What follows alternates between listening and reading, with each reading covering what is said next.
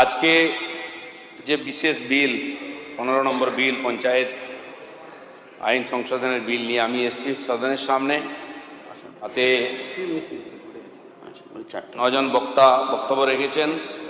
শ্রী গোলাম রব্বানীজি, মাননীয় জগন্নাথ চট্টোপাধ্যায়, মাননীয় তরুণজ্যোতি তিওয়ারি, শ্রী নওশাদ সিদ্দিকী, শ্রী বিক্রম নস্কর, শ্রী বাবর আলী, শ্রী বঙ্কিমচন্দ্র ঘোষ, শ্রী আকরুজ্জামান, 8 জন বক্তব্য রেখেছেন। সবাইকে আমি ধন্যবাদ জানাই। এবং যেভাবে এই আলোচনায় অংশগ্রহণ করে আমাদের মাননীয় সদস্যরা বক্তাদের উৎসাহিত করেছেন হাততালি দিয়ে, স্লোগান দিয়ে, তার জন্য আপনাদেরকেও ধন্যবাদ জানাই। আজ এটা ঠিকই যে ঐতিহাসিক ব্যাপার, অনেকের খুব অসুবিধা হচ্ছে কেন আইন পরিবর্তন হচ্ছে।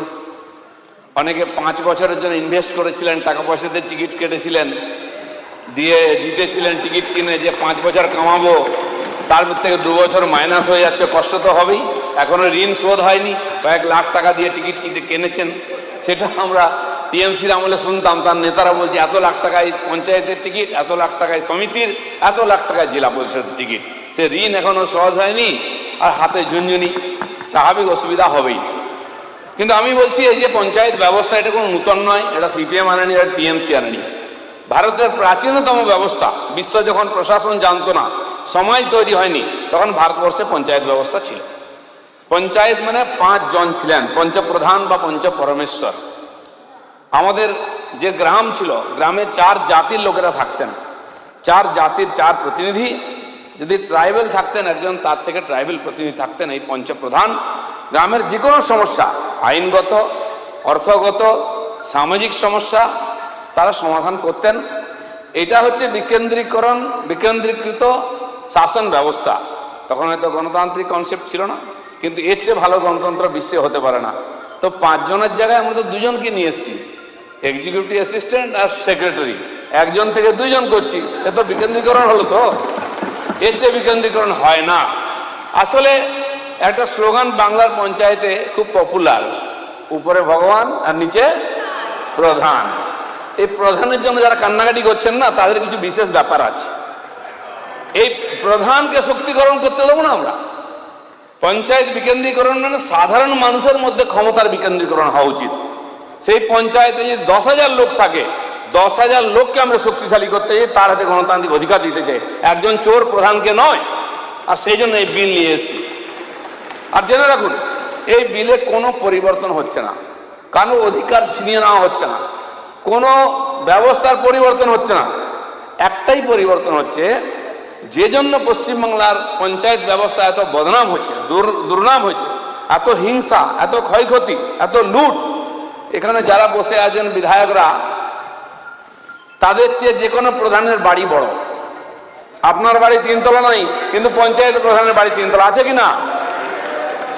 এতে প্রমাণ হয়ে যায় কতটা বিকেন্দ্রীকরণ হয়েছে অর্থের, কোথায় পৌঁছেছে। এত স্বজন পোষণ, এত হিংসা, এত লুটপাট।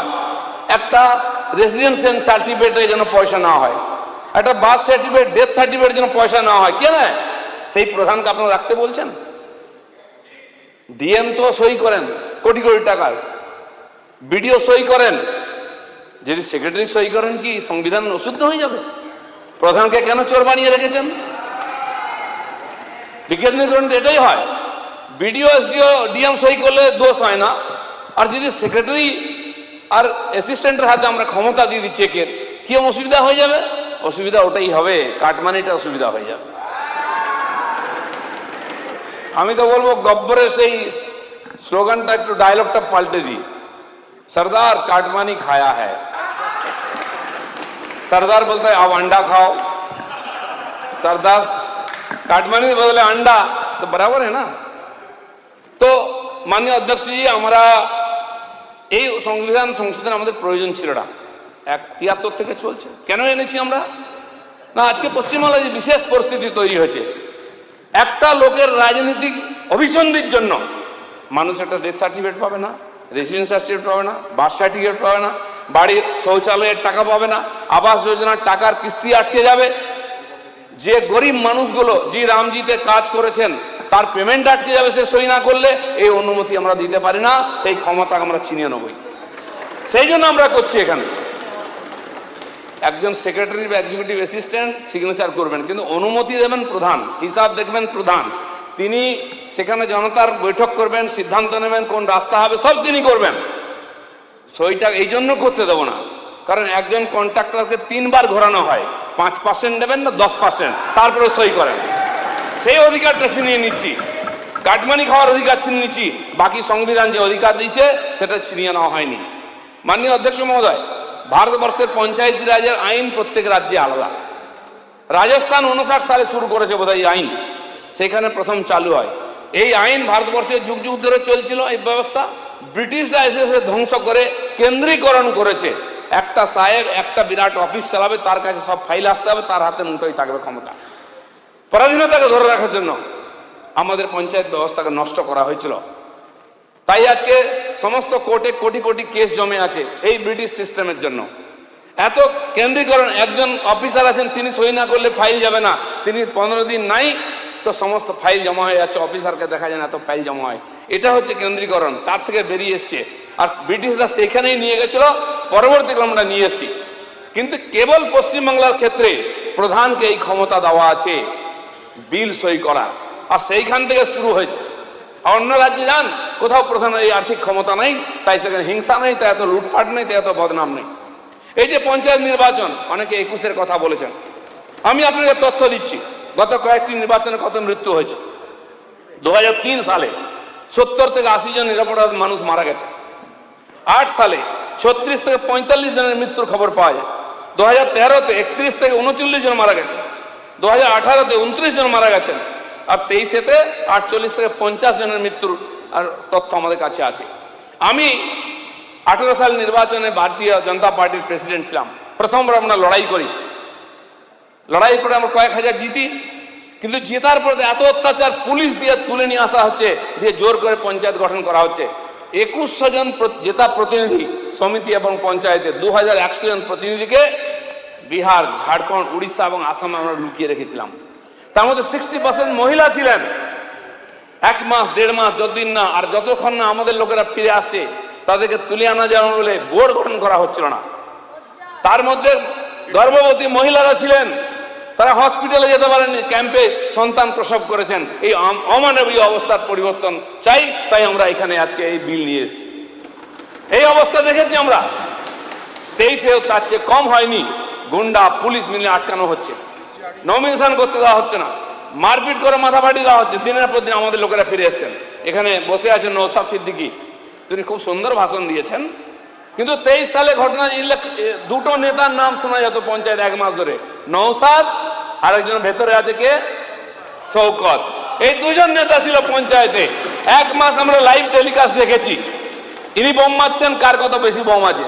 দুর্ভাগ্যবশত আমি সেই বিধানসভায় থাকি, ভাঙড়েতে।